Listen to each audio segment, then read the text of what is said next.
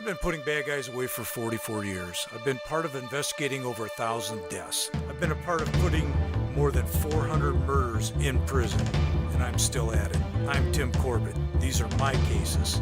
This isn't your typical criminal profile podcast. This is Killer Catchers. Good evening. Tim Corbett and Tim Wiley here again tonight. We've got a small crew because one guy decided that his, an anniversary was more important than being here. I don't get that decision, but apparently he wants to have relations with his wife again, so he chose her over us. And Good choice. Yeah, I guess after looking in the mirror, I can see why. Tonight we're going to talk about something, I say this a lot, hard to believe, but it is. On March 16, 2017, two people were killed, McLean and Sheldon Camarillo. You're going to hear a story about two people actually, playing with a gun and the tragedy that can happen because of those actions. You're not going to hear a whole lot about the crime scene because Kenny's not here tonight. We'll give you a little bit about it and then we're going to talk some more. Every time you think you've seen it all, something like this comes along and you just go, there's no reason for it, no rhyme to it, no common sense at all was applied to this, and two people die plus the other lives that it affects. So what I'm going to do, I'm going to turn it over to Tim. He was one of the investigators on that. He's going to kind of explain it, and we'll kick it around a little bit. The one thing I want to remind you before we get started, every Tuesday we release a new video on killercatchers.com. It's on YouTube. Then we film another one on Wednesday. So we're constantly moving things along. Every once in a while we'll have to show one for a couple of weeks because, we go on vacation or whatever. But we're trying to give you fresh stuff all the time. We try and get families involved as much as we can, but a lot of families just don't want to have their faces on camera. So you get stuck with these ugly faces, or this one anyway. So Tim, go ahead and start out. Well, I should start by saying that people come to me and ask, what is the strangest case you ever seen? What's the weirdest thing you ever seen? And I have to say that it's actually this case with these two guys, Casey and Sheldon. I've never seen this before. I'll probably never see anything like this again. It's not a who-done-it case. It's not a why-done-it case. It's more of a how-done-it case. And it's not even we're not really talking about a case because it's just more of an investigation. We didn't arrest anybody in this case. There was no trials. There was no convictions in this case because all the two parties that died actually caused their own deaths. So it's not really a murder investigation. It's more of a death investigation that had some very weird elements to it. So that's really what the case was all about. So like you said, on March 16, 2017, Metro Homicide Unit was called in for a case of two men in the same house with bullet wounds to the head. That's all I knew at the initial outset. And so in my mind, I'm thinking, okay, maybe a drive-by shooting, somebody got mad at somebody, a drug rip, somebody busted in and did some shooting.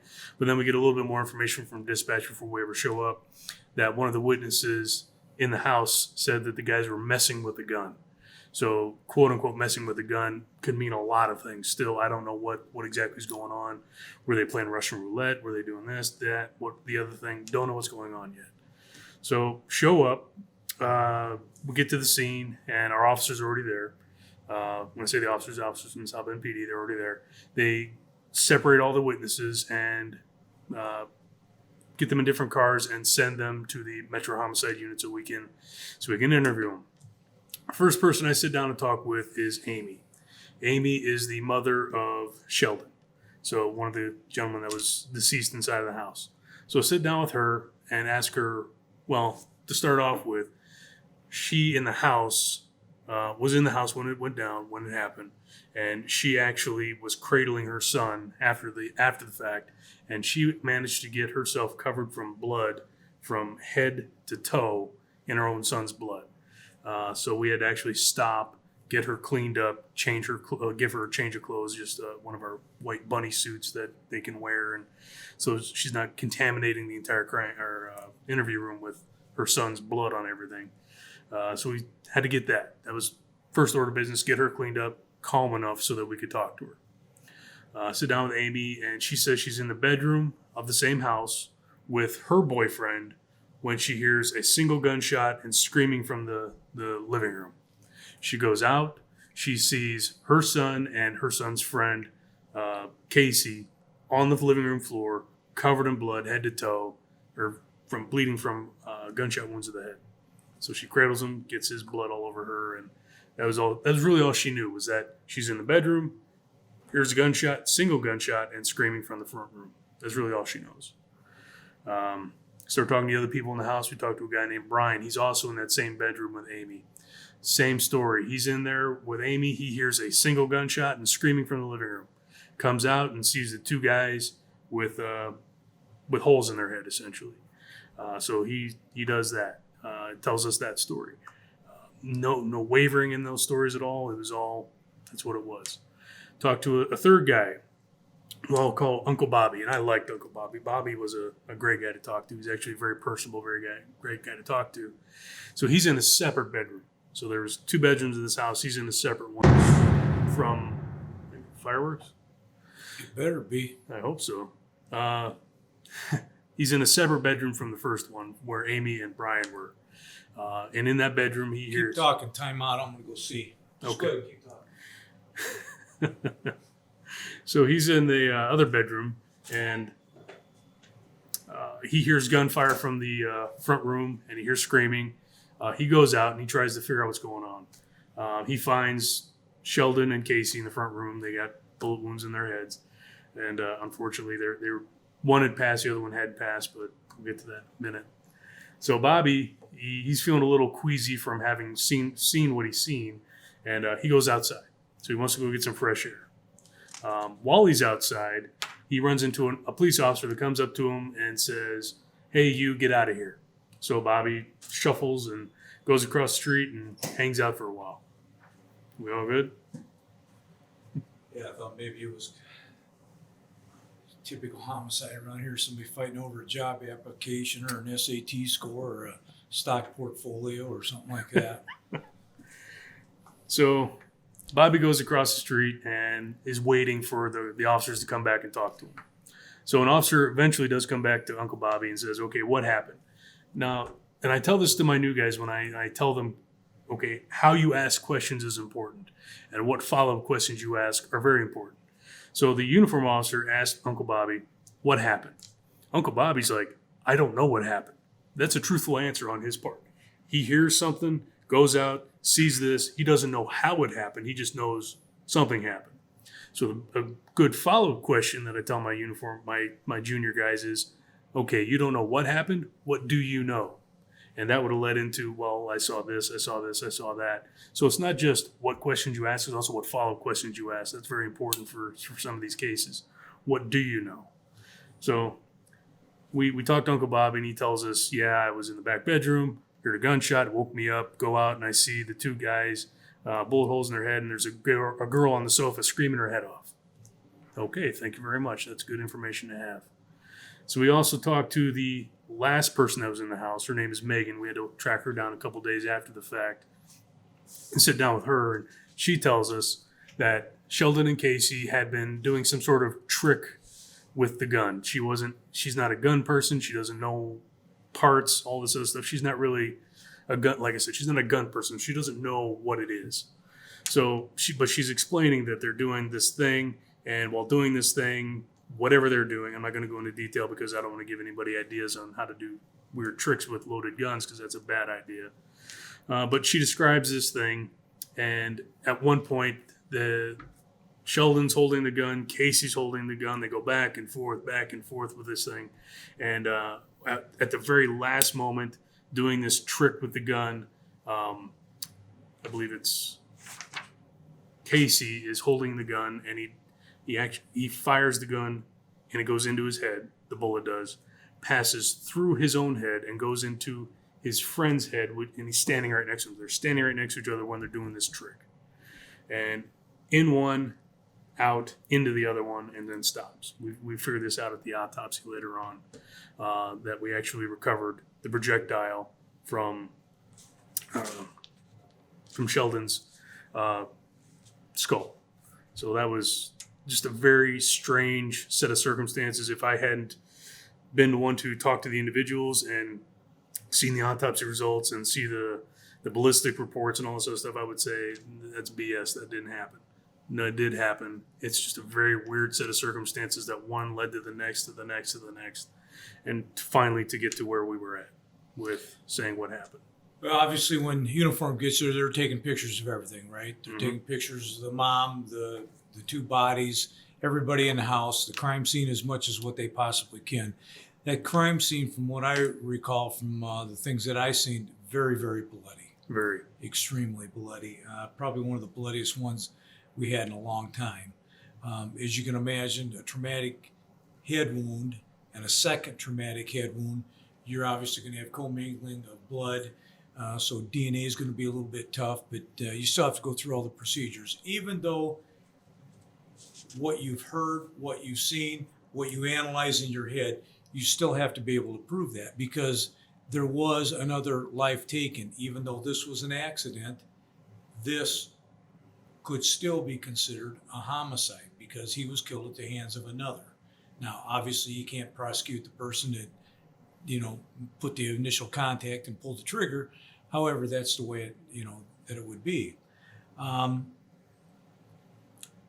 So did they do both autopsies on the same day? Do you remember? They did not. They had to do the first autopsy, and I actually misspoke. It was actually Sheldon that passed away first. He was the one that was holding the gun and shot himself. That was the accident of the whole thing. So Sheldon, he actually passed away right then and there. Right then, boom, he's gone. Casey survived for a couple days. There was talk. I think they were doing organ procurement or whatever on him. They did procure some organs from him, but he passed a couple days later on. There was no recovery from his injuries, but they did not do the autopsies on the same day. But because our autopsies are done in a professional manner, and by professionals who actually know what they're doing, they can actually puzzle match how it all went together. And even though they're not on the same slabs next to each other, we can still show that one projectile did both, because we can track the trajectory of those bullets, of that one bullet that did this whole thing. Were they about the same size? Roughly the same height. Yeah. Wait, remember what kind of gun? It was a semi-automatic SAR from, I think, some other foreign country. 9? It was a 9mm. Yes. Okay. And again, I don't know how many times it needs to be said, you don't play games with guns. Loaded guns, unloaded guns, guns, period. And like Tim said, we're not going to go into great detail about what they were doing, because there could be somebody out there watching this that hears what we're saying and gets on the internet and Googles and goes, they're idiots. They didn't know what they were doing. I know what I'm doing. Boom, the same thing's going to happen. So we're not going to go into any detail. We sure don't advocate playing any games like this. So anybody that's listening to this, good common sense applies to this. Never, ever play with guns. And I'm not talking to you like I'm your dad or something. I'm just talking to you honestly, and we don't want to see this happen to anybody else. So this whole thing goes on. I know we had a couple of meetings about it and sat down and roundtabled it, and everybody pretty much came to everybody came to the same conclusion on the outcome. It wasn't anybody in the house that was part of it. You remember where they got the gun? Yeah, actually, it was actually bought by Casey from a gun store like 5-6 months prior to this whole thing happening. So he actually bought the gun that ultimately killed him. So he bought his own murder weapon. Maybe murder weapon is the wrong word, but the weapon that killed him, he bought himself. And because these guys were playing with guns, like you should never be playing with guns, but because they did, that's what happened. Well, obviously the mother, as I recall, she was cradling him when she, in fact, trying to plug the hole in the side of his head where his brain had extricated. Yeah. And also, Megan, the other witness that was in the house, actually just, even she, like I said, she's not a gun person. She doesn't understand how guns work. She doesn't do all this other stuff. But some of the things that she was saying as a layman really helped out with the case, because she said after the gunfire went off, she actually saw smoke coming from his head. So she saw the smoke coming out of the hole. And so that tells me that's a very close contact wound, that the bullet actually went in, and all the gases and the stippling and soot and all that stuff from the actual gunfire going off wasn't a distance. It was actually in contact with his head. There's also some other star patterns and other things going on with the side of his head that tells me that was a contact wound. That wasn't like from a distance or somebody across the room or any of that other stuff, because there was also rumor that, it was a drive-by shooting and somebody drove by and shot them both and all this. We could put all that to rest. None of that happened. That was all fairy tales. It was actually in the room. He did it himself. Of course, you always have to have the rumors. It wouldn't be a case without rumors. Somebody's always got to go out there, the news meeting. The first thing they do, if the cops aren't telling them everything they want to hear, they're sticking that microphone in some crack whore's face. And what do you know? I was on Mars, but I know it was, and they want to hear some kind of sexy connection. Was it gang related? Was it this? Was it that? Could it have been? It's look, I'm going to give you a statement, and I'm going to give you what I can tell you. Don't keep trying to draw it out. Don't try to make it into some National Enquirer crap. Take what I'm telling you. Just report to your readers. You don't have to be Scoop, the greatest reporter in the world. And don't be talking to people out here that don't know their butt from an apple on what happened, but they want to get that 10 seconds of fame, and you're willing to give it to them, and it screws the case up. Because other people hear it, like what you're talking about, and it gets a life of its own. Word, a drive-by, where that came up from, I guess nobody has, somebody didn't have anything better to do than, I got an opinion, I'll give it to you. Right. How was Amy, the mother?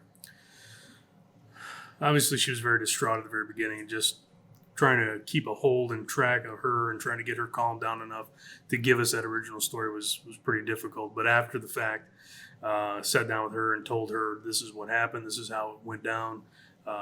She was at least receptive to what we were saying, and she wasn't trying to, again, come up with any weird, wild theories of what she had heard. She actually listened to what we had to say. Well, and the thing is, this isn't something that she heard about. This is something she actually experienced. Could you imagine seeing that smoke coming out of the side of your kid's head, and your first reaction is, as a human being, and especially as a parent, go over and cradle him and try and push things back in, because that'll make it better. And you're doing the best that you can, and in the back of your mind, you have to know it's really to no avail. But you keep trying, you keep fighting, you keep trying to work with it, and in the end, it was an immediate death. There's no doubt about it. No doubt about it. Right. And when Tim's talking about organ procurement, I'll explain it, and I'm sure most of you know what it is. But when we do that, it has to be proven that the injury that this person has, they will not recover from. And then what they do is get a hold of organ procurement teams. Usually they're out of Indianapolis, Fort Wayne area, usually Indy, and they'll send a team of docs up. And when they say organ procurement, they will take every possible thing that they can use. Lungs, kidneys, eyes, the skin, if they can get it, every possible organ that they can, because each one of those is going to potentially extend a life or save a life. And for somebody, I know I'm an organ donor. I don't know if anybody's going to want my stuff after I'm gone, but they can have it if they want it. You're actually making a difference in people's lives. To me, and I'm not preaching, but to me, if you can use something, I'm dead anyway, or I'm going to die, you can use it to save some kid or a lady in California or a guy in Florida. Take it, use it. I'm gonna be cremated, and I told my wife, take a pole stole digger, dig me 3 feet down below the frost line, put me in a Maxwell house can and drop me. I don't care, but take whatever you need prior to that and help people. So that's a huge thing for a family to do. Mm-hmm. And you get to say your goodbyes, and once they unplug the machine, it's over. And when they start this procedure to procure the organs, it's like right now. I mean, they're taking stuff, it's putting dry ice or whatever, and they're going to wherever they may be out St. Joe County Airport, put that organ on a plane with a dock, and boom, they're going to Cincinnati. This one's going to Florida. This one's going to California, wherever. And it does make a difference. So something to think about. This case is not a real long one to talk about because it was really, for all practical purposes, a pretty simple one. Simple, but still one of the weirdest, strangest things I've ever seen. And we still had to go through all the investigative steps. We found the gun was on scene, so we collected that. We found the shell casing, and we found actually the shell casing was still in the gun, which tells us that the trick was, for whatever purposes the trick was, I'm not going to get into it, but it interfered with the proper extraction of the spent casing, so it was still inside of the gun. And also we tracked that the projectile from the other guy's head that was stuck in his skull. Ray Wolfenbarger with South Bend PD was able to take those 3 items, put them together, do a test fire, and the gun worked perfectly fine. There was nothing wrong with the gun. The gun worked just the way it should. So whatever these guys were doing screwed it up. But the bullet matched to the gun, the casing matched to the gun, everything matched together. So again, no question that this gun was the one that actually did this. And that's another one of those investigative steps that we have to go through. We have to go do that. We can't just say, oh yeah, I think maybe so-and-so. No, we actually have to prove it so we can say, yes, we can stand on this fact and say, this was not a murder, this was not a drive-by, this was not a whatever, this was an accident and a homicide. Those 2 things put together. Well, still many hours of investigation, typing reports, and like you said, Ray doing his thing, and autopsies, and there is still a lot to do, and you have to handle like a what if. What if somebody else did put that gun to his head and fire and hit both of them? You know, we have to cover all those bases and make sure that 100% this is what happened. Can't do a hit, lick, and a promise on this. Homicides are, the biggest crime. This isn't like somebody stole the tomatoes off your garden or out of your garden. This is the big time, and it has to be handled correctly. So anything else that you can think of? I know this is a pretty short one, but we can keep beating our gums, but all we're going to be doing is repeating it. You got the gist of what happened. Gary Mullins was, like I said, one of the other guys, but again, he thinks it's more important to go on an anniversary with his wife than be here with us, and whatever. I agree with him. Yeah. It was a great teamwork. Everybody came together. We all know our job, and we came together and we all did it together and got the answer to what actually happened. So it's not always putting the bad guy in jail. Sometimes it's also what happened. You got to put all that together, work as a team, and come up with the right answer to what actually solves the case. Well, you have 2 families that are impacted by this, obviously, but then you still have the community out there that's wondering because, again, they're hearing the rumors. It's a drive-by, it's this, it's that. And you have to dispel that stuff with, here's what happened. Here's what really happened. You don't have to think there's a boogeyman behind every bush, but if you don't get the explanation, sometimes your mind runs wild and, these rumors become fact when they're really not facts. So we have to dispel this. That's it for tonight, but I want to thank all first responders. I want to thank all vets, past, present, and in the future for making this a free country. Remember, there's a new video comes out every Tuesday on killercatchers.com, YouTube. Another one's filmed on Wednesdays. Remember to go to Real News Michiana. Real News Michiana, that you met Clifton French last week. He explained to you, now he's going full time, so there's some people better hang on to their butts now because that boy's really going to be digging into some stuff. You're going to get some truth all the time. So be prepared for what you hear. And if you like what we're doing, push it out. Put it out, let people know so we get more and more people involved. And the more people that hear these things, the more support is going to be out here for the police.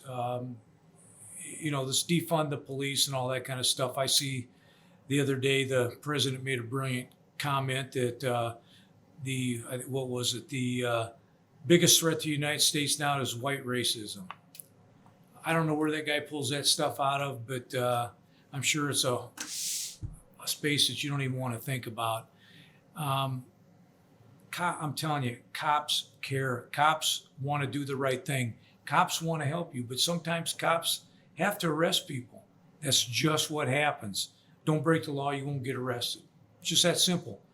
We don't pick you up, throw you through a window, and call you a burglar. We don't hand you a gun and say, go rob that 7-Eleven and call you an armed robber. You do the crime, we pick you up. And officers, cops out there, hold your head up high. Hold your head up high. Don't quit, don't stop, don't let them back you down. Do that job that you swore to do, that oath that you took, and don't worry about some pissed on the leg politician and what they think. Thanks.